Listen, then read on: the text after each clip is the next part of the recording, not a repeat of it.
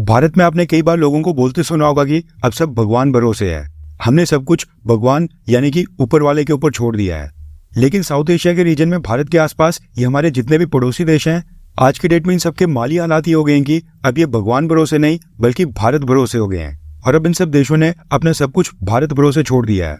और भारत के लिए मसला ये खड़ा हो गया है कि अब श्रीलंका के बाद धीरे धीरे बाकी सभी देश भारत के आगे लाइन बनाकर खड़े हो गए हैं। ठीक वैसे जैसे मंदिर या फिर पूजा के स्थान के सामने मांगने वालों की लाइन लग जाती है, ठीक वैसा ही कुछ आज की डेट में साउथ एशिया में भारत के आसपास हमारे जितने भी पड़ोसी देश हैं उनका हाल हो गया है। पहले श्रीलंका, उसके बाद बांग्लादेश के पास भी भारत की पेमेंट करने के लिए पैसे नहीं है। उसके बाद अब मालदीव्स भी भारत के आगे हाथ फैलाते दिखाई दे रहा है। और जहां तक रही मोदी सरकार की बात, तो ये सरकार भी किसी देश को खाली हाथ लौटाने में विश्वास नहीं रखती है, खासकर पड़ोसी देशों को। नो डाउट कि भारत के पड़ोस में सिक्योरिटी और स्टेबिलिटी होना, चाइना का इन्फ्लुएंस कम होना, ये लॉन्ग टर्म में भारत के लिए खुद के लिए ही अच्छा है। लेकिन सवाल यहाँ पर ये पैदा होता है कि ये आखिरकार कब तक चलेगा। दरअसल न्यूज निकल कर आ रही है भारत और मालदीव्स को लेकर। सबसे पहले रेफरेंस के लिए आपकी स्क्रीन के ऊपर द इकोनॉमिक टाइम्स के आर्टिकल का स्क्रीनशॉट है।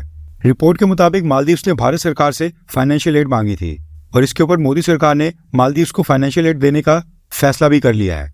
और ये वो एड है जो हमने अपने बजट में मालदीव्स की मदद के लिए पैसे अलॉट किए थे, ये उससे अलग है। न्यूज निकल कर आ रही है कि भारत सरकार ने जो रीजनल कंट्रीज के लिए रिजर्व बैंक ऑफ इंडिया का करेंसी स्वैप प्रोग्राम स्टार्ट किया था, उसके तहत भारत मालदीव्स को $400 मिलियन अवेलेबल करवाएगा। $400 मिलियन यानी कि भारत की करेंसी में 3,320 करोड़ रुपए। इसके अलावा न्यूज निकल कर आ रही है कि भारत लाइन ऑफ क्रेडिट के तहत मालदीव्स की सरकार को $800 मिलियन यानी कि 6,640 करोड़ रुपीस का लोन देगा, जो कि एक तरह से लॉन्ग टर्म लोन होने वाला है। लाइन ऑफ क्रेडिट के ऊपर जो भारत की सरकार दूसरे देशों को लोन देती है, उसके लिए 1.5 से 2% तक का इंटरेस्ट चार्ज किया जाता है, जो कि ऑलमोस्ट ना के बराबर ही है। और इस तरह के लोन्स का रीपेमेंट टाइम 20 से 25 साल तक का होता है। ये सारी अनाउंसमेंट अभी भारत सरकार ने नहीं की है। दरअसल मालदीव्स के प्रेसिडेंट मोहम्मद मिजू कुछ ही दिनों के बाद भारत की विजिट के ऊपर आ रहे हैं और उसी विजिट में जब वो प्रधानमंत्री मोदी के साथ मीटिंग्स करेंगे, तब ये सारे फाइनेंशियल एड को लेकर ये डील साइन होंगी।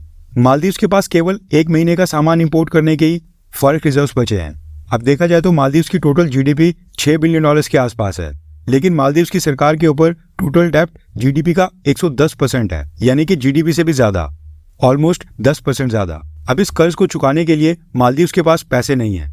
ऐसे में मालदीव्स के प्रेसिडेंट मोहम्मद मिजू ने डायल किया प्रधानमंत्री मोदी को और भारत सरकार ने श्रीलंका की तरह मालदीव्स को भी रेस्क्यू करने का फैसला किया है। वैसे विडंबना इस बात की है कि अभी कुछ ही महीने पहले हम और आप लोग मिलकर मालदीव्स को बॉयकॉट कर रहे थे। आपको याद होगा जब मालदीव्स की नई गवर्नमेंट के कुछ मिनिस्टर्स ने प्रधानमंत्री मोदी के बारे में अपशब्द बोले थे, तो पूरे भारत में बॉयकॉट मालदीव्स कैंपेन चला था और आज भी भारत के कई सारे टूरिस्ट मालदीव्स को बॉयकॉट कर रहे हैं।